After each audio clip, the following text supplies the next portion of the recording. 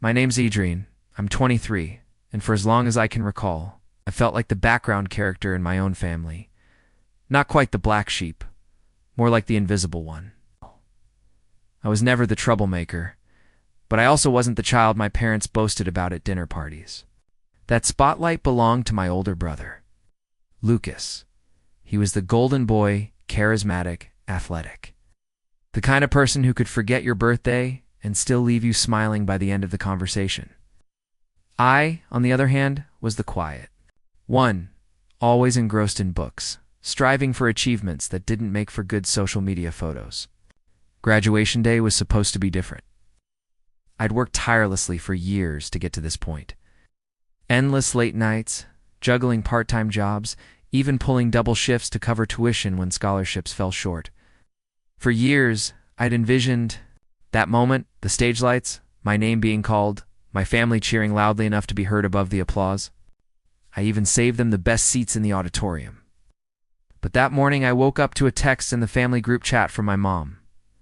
"We won't be able to make it today. Something came up. We'll celebrate soon." I sat there, staring at my phone for a solid minute, thinking it had to be a cruel joke. I scrolled up, hoping for an explanation, but the next message came from Lucas. "We're heading to Aspen for the week. Totally last minute. Can't wait." My mom chimed in a minute later with a string of skiing emojis, no apology, no acknowledgement. That my college graduation, the first in our family, was happening in less than 4 hours. I didn't reply. I couldn't. My throat tightened, and the walls of my apartment suddenly felt smaller. Part of me wanted to believe it was a misunderstanding. Maybe they thought my ceremony was later in the week, but no, they knew the date. I'd been talking about it for months. I'd sent them the formal university invitation and even a reminder. Last week, they simply chose something else. They chose him. When I arrived on campus, I tried to push it all aside and focus on the moment. Friends and classmates were everywhere with their families, taking pictures, holding flowers, laughing in groups on the lawn. I smiled when people congratulated me, but the knot in my stomach only grew.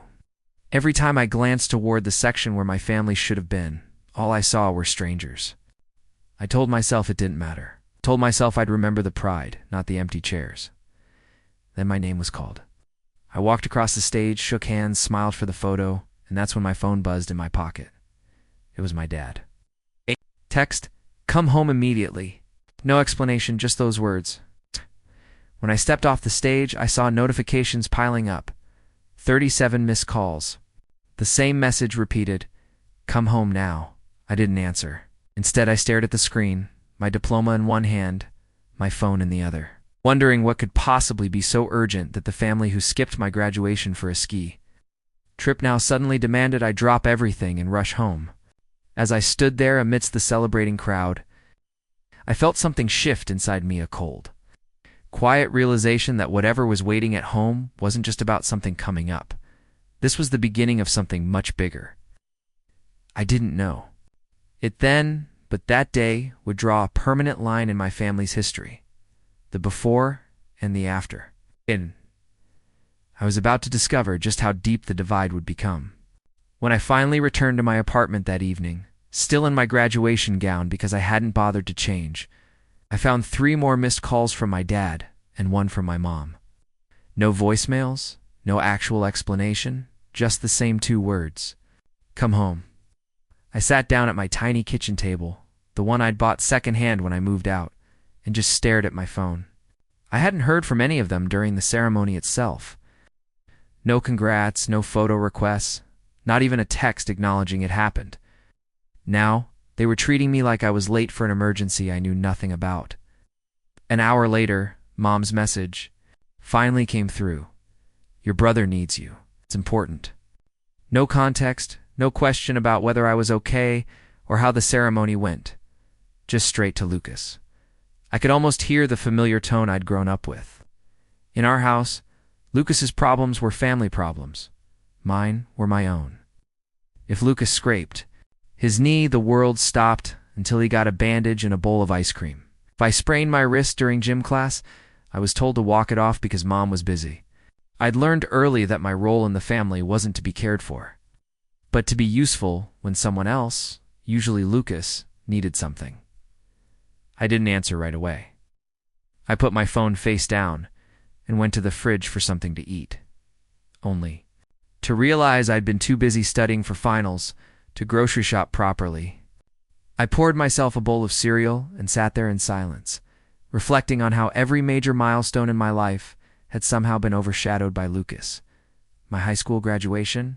I'd been caught throwing a huge party the night before, so all anyone could talk about was the trouble he'd gotten into. When I landed my first job, he totaled his car the same day, and the family group chat lit up with discussions about insurance claims instead of congratulations for me.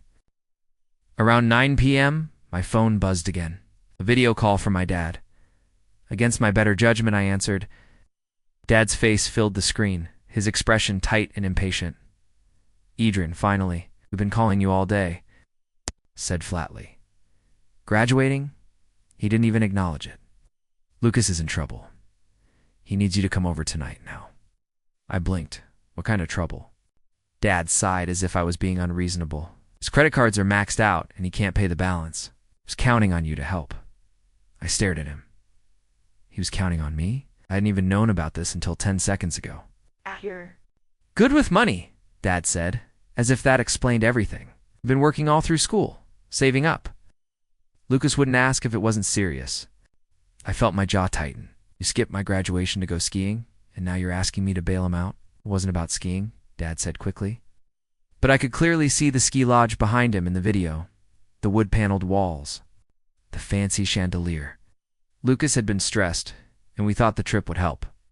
You know, he's been under pressure lately, right? And I guess I haven't been, said my voice cold. Dad's expression shifted, that subtle flash of annoyance I'd seen my whole life. The unspoken message, stop making this about you. When I hung up, I sat there for a long time, staring at the blank wall opposite my couch. It wasn't just that they'd missed my graduation. It was the expectation that I would, without hesitation, set aside my own life to clean up after Lucas. It had always been that way. When he failed a college class, I was roped into doing his assignments for a semester. When he ran up a tab at a bar, I was guilt-tripped into paying it off because family sticks together. But somehow, family never stuck with me. 2 days later, I got another call, this time from Lucas himself. He didn't bother with a hello. Hey, so when are you bringing the money over? I'm not, I said. There was a pause, then a laugh. Come on, don't be like that. You've always helped me before? Yeah, I said. Slowly, and you've never once shown up for me. It's not for my graduation, not for anything. Why should I help you now? He scoffed. Wow. So, you're going to hold a grudge over some ceremony? You're being petty? That word petty hit harder than it should have. It was the same thing they'd always said whenever I stood up for myself. In their eyes, my boundaries weren't boundaries. They were overreactions. By the end of the week, I was getting texts from every family member, imaginable aunts, uncles, even my grandmother. All of them gave me some version of, Lucas is your brother. You can't just let him fail like this, or don't throw away family over money. Not one of them mentioned my graduation. Not one. The thing was, I hadn't even told them no. Because of the money, I'd told them no because I was tired. Tired of being the safety net for a man who never learned to land on his own feet. Tired of being invisible until they needed me. And the more they pushed, the more I realized they didn't see me as part of the family in the same way they saw Lucas. I was a resource, a tool. What I didn't know then was that their pressure campaign was just getting started. The texts, the calls, the subtle digs, they were all building towards something much bigger, something they thought they could corner me into. And they had no idea that the more they pushed, the more I was already starting to plan how I'd push back. It wouldn't be long before they gave me the perfect reason, and once they did, there would be no going back. It was a quiet Thursday morning when the real blow landed. I had just finished sending out a few job applications, the kind of positions I'd been dreaming about throughout college, when I got a call from my bank. The woman on the other end was polite but concerned. Mr. Rivers, I just wanted to confirm a large transfer request we received from your account earlier today. I sat up straighter. Transfer request? I haven't authorized anything? She read. Off the details. Nearly $4,800 set to be wired to a joint account in Lucas's name. My stomach dropped. Cancel it, I said immediately. That's what I thought, she replied. It was initiated online from an IP address registered at your parents' home. I didn't need a detective to piece it together. My parents had my old banking login from years ago, back when I was still in high school, and they insisted on keeping an eye on things so I wouldn't overspend. I'd never changed the password because I trusted they'd never use it without my consent. I guess that trust was misplaced. I ended the call shaking, not just from anger, but from the quiet, bone-deep realization that they'd crossed a line I couldn't ignore. This wasn't asking for help. This wasn't even guilt-tripping. This was theft, plain and simple. And it wasn't just about the money. It was about the fact that they felt entitled to take from me without asking, because in their eyes, it wasn't really mine to begin with. Before I could even process what to do next, my phone buzzed again. This time, it was a text from Lucas. Thanks for covering it, man. I'll pay you back when I can. A winking emoji followed, as if it were some harmless joke between brothers. I didn't reply. My hands gripped the phone tightly, knuckles white. I thought back to every moment they'd made me feel small, every time my achievements were sidelined. Every time I was told to be the bigger person while Lucas got away with anything. Now it was clear they didn't just expect me to pick up the pieces when he messed up. They believed I owed it to him. I called my mom. She answered cheerfully, like nothing was wrong. Adrian, we were just talking about you. You should come by this weekend. Did you authorize a transfer from my account? I asked, my voice sharper than I intended. Not the pause of someone confused, but the pause of someone figuring out what excuse to use. Oh, sweetheart, we knew you'd help your brother. He's in a tight spot, and we didn't want to bother you with the details while you were busy with school things. You stole from me, I said. Her tone hardened instantly. Don't be dramatic.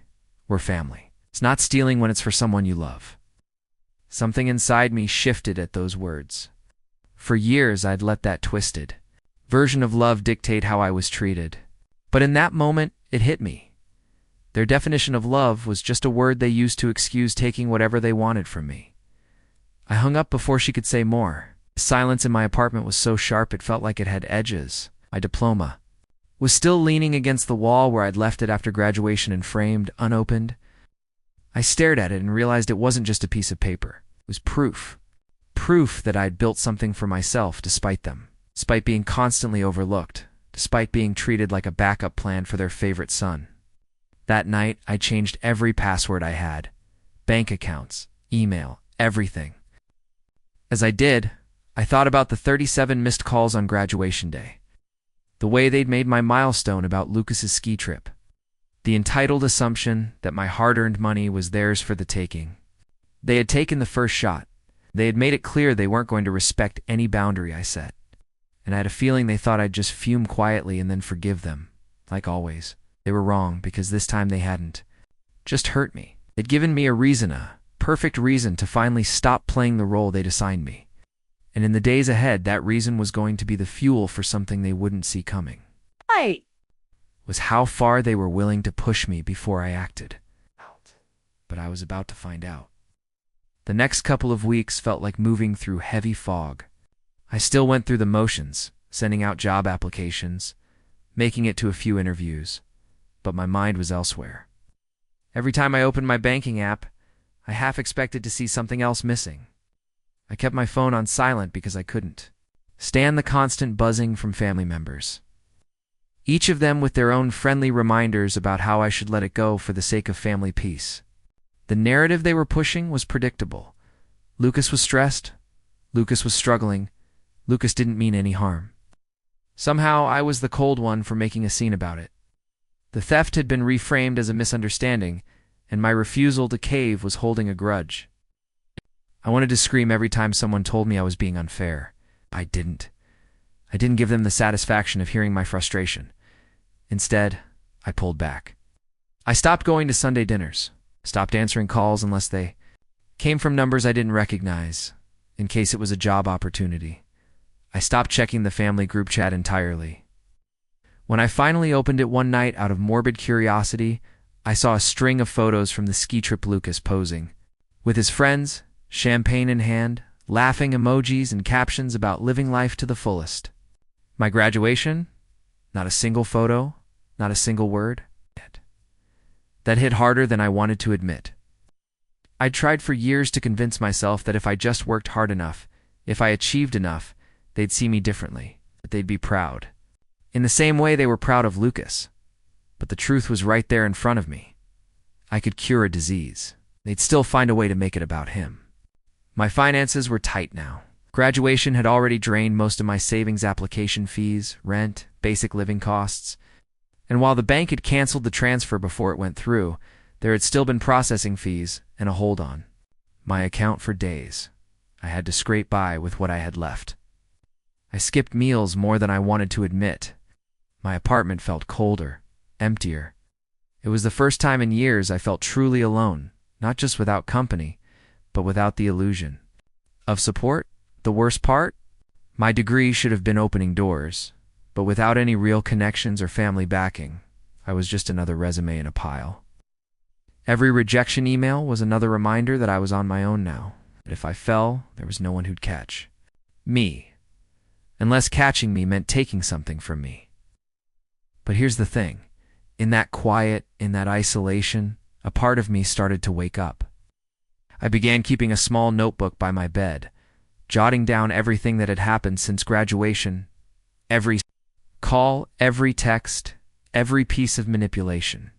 I started looking back, writing down old incidents, too, moments I'd brushed off at the time. When I read it all together, it was like looking at a long, slow-moving train wreck. Patterns I'd ignored before were glaringly obvious now. I wasn't sure yet what I was going to do with it, but I knew I was done reacting on impulse. I wouldn't yell. I wouldn't plead. I wouldn't try to make them see my side. It had never worked, and it never would. Instead, I was going to wait, watch, let them keep showing me who they were. And when the time came, I'd have more than just the will to stand up for myself. I'd have a plan. The problem was, they weren't done with me yet. And before I could put that plan into motion, they were going to push me further than I'd ever thought possible, far enough that I'd have no choice but to act.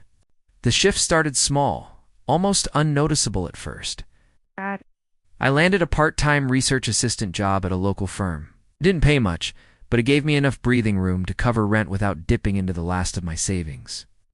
More importantly, it was a foot in the door, a place where my skills actually mattered, and my work wasn't constantly overshadowed by someone else's charm.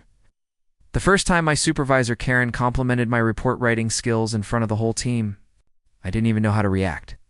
I wasn't used to public recognition that wasn't immediately undercut by a "but Lucas" sentence. No one compared me to a golden boy. No one minimized what I'd done. I showed up, worked hard, and people noticed. It was strange and intoxicating. In its own quiet way, within 2 months, that part-time role became full-time. I was suddenly making enough to not only keep my bills paid, but to start rebuilding my savings. I updated my wardrobe with a few professional outfits. I started eating better, getting back into shape, and even joined a coworker for early morning runs in the park.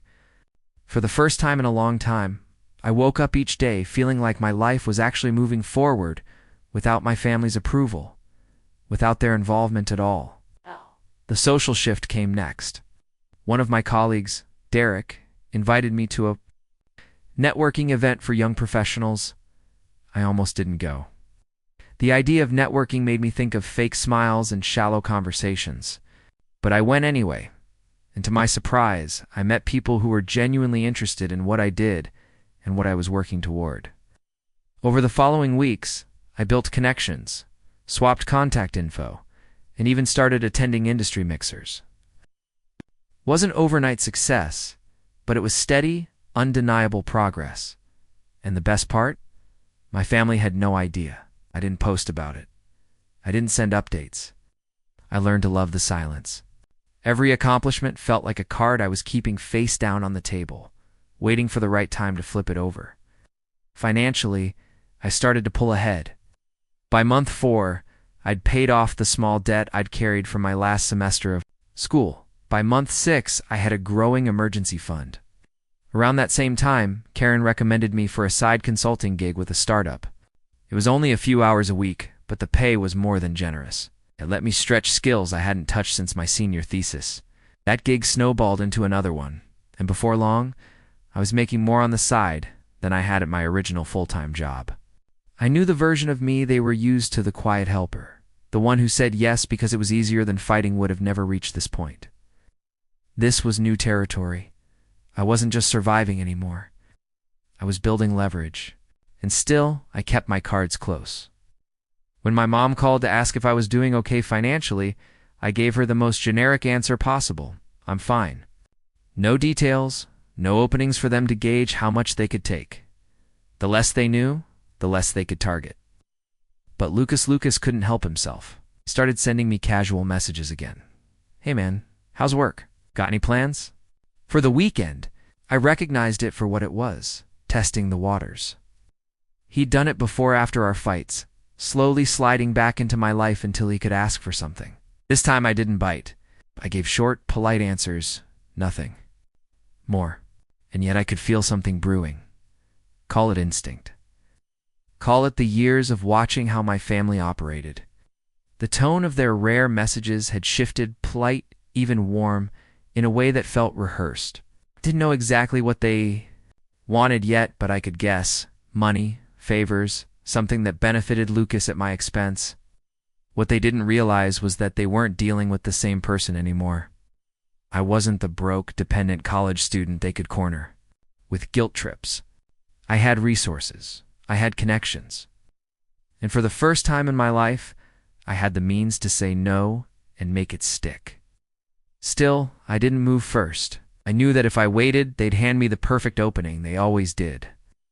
And when that moment came, I wouldn't just say no. I'd make it clear in a way they couldn't ignore that the old version of me was gone for good. The moment I was waiting for was closer than I thought, and when it arrived, it would be bigger and uglier than anything I'd imagined. It happened. On a rainy Tuesday evening, 6 months after my graduation, I was just leaving the office when my phone buzzed with an unfamiliar number. The voice on the other end introduced himself as Mr. Carter, a senior partner at a mid-sized investment firm. "Adrian, I've heard good things about you," he said, his tone all business. "Karen speaks highly of your work, and Derek mentioned you're excellent with financial structuring. Could use someone like you for a project we're taking on." I'd learned to keep my excitement under wraps, so I listened carefully. The project turned out to be a full-scale portfolio restructuring for a local chain of boutique hotels. It wasn't just a job. It was a chance to work directly with high-net-worth clients, to get my name into rooms I'd never even known existed. A year ago, the fee they offered for my role was more than my monthly salary at my regular job. I said yes. Over the next several weeks, I threw myself into the work. It was demanding late nights, endless spreadsheets, constant strategy calls, but I was in my element. My input started to shape decisions. The chain's owner, a sharp but personable man named Michael Reeves, took notice. "You're not just good with numbers," he told me one night over dinner with the project team. "You understand how people think. That's rare." I didn't know it then, but Michael would end up being one of the most valuable connections I'd ever make. He had deep ties to the local business community and was well respected in circles my family couldn't even dream of entering. While all this was happening, I was also gathering information. Not because I was actively planning revenge yet, but because old habits die hard. I'd been keeping that notebook of mine updated. Every petty comment from my family, every manipulation, every subtle probe into my finances. But now I had something more.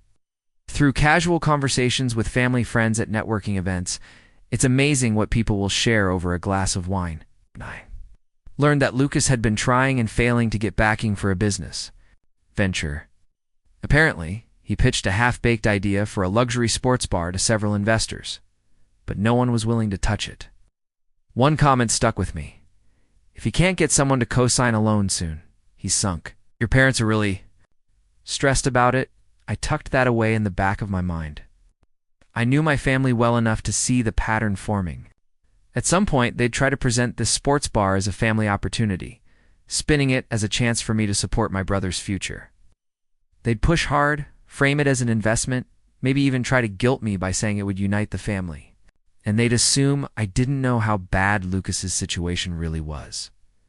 Meanwhile, my own position kept improving. When the hotel project wrapped, Michael pulled me aside. You ever thought about starting your own consulting business? You've got the skills and I've got contacts who'd hire you tomorrow? The idea lit something in me. Within a month, I'd filed the paperwork for my own small firm. It was still just me and a laptop in my apartment, but I had my first 2 clients. Before I even finished setting up the website, by the end of that quarter, I'd made more than I'd earned in an entire year at my first job. I didn't brag. I didn't even hint at it to my family. I let them think I was still working a modest office job scraping by. How's work? I'd give a vague, busy but good and change the subject. The less they knew, the better. I was building something that gave me real power. Not just money, but options. Options to say no without fear. Options to walk away without losing anything. Options to hit back if they crossed me again. And sure enough, that moment arrived, one Sunday afternoon, when I got a family dinner invite, out of the blue. No reason given, just, we'd love to see you. My gut told me this wasn't about catching up. This was the setup. I already suspected what was coming.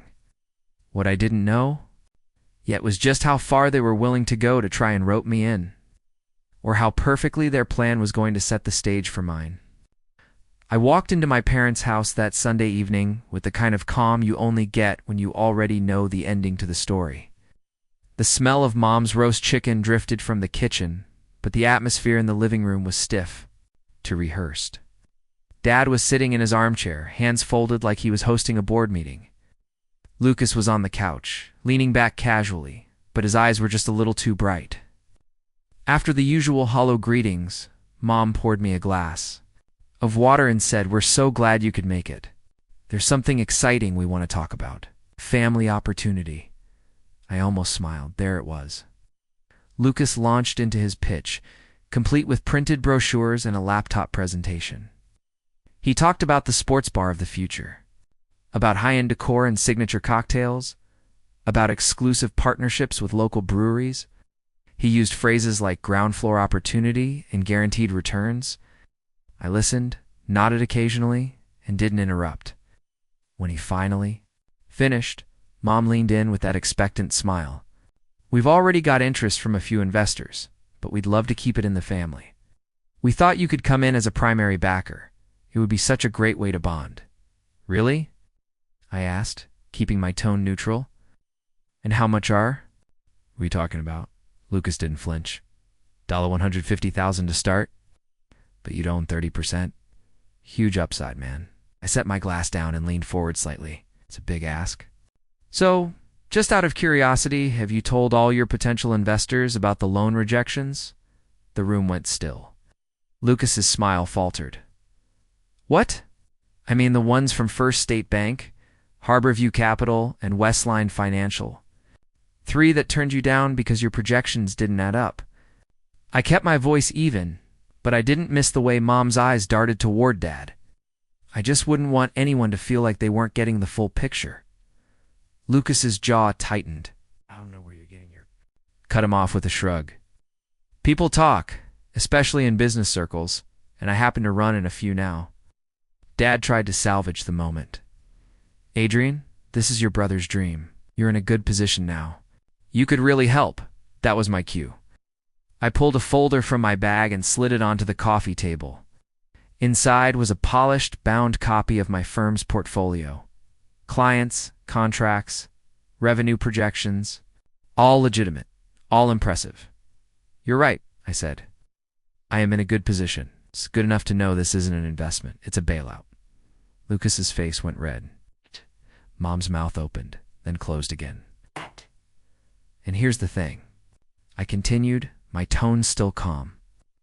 "I don't invest in people who steal from me.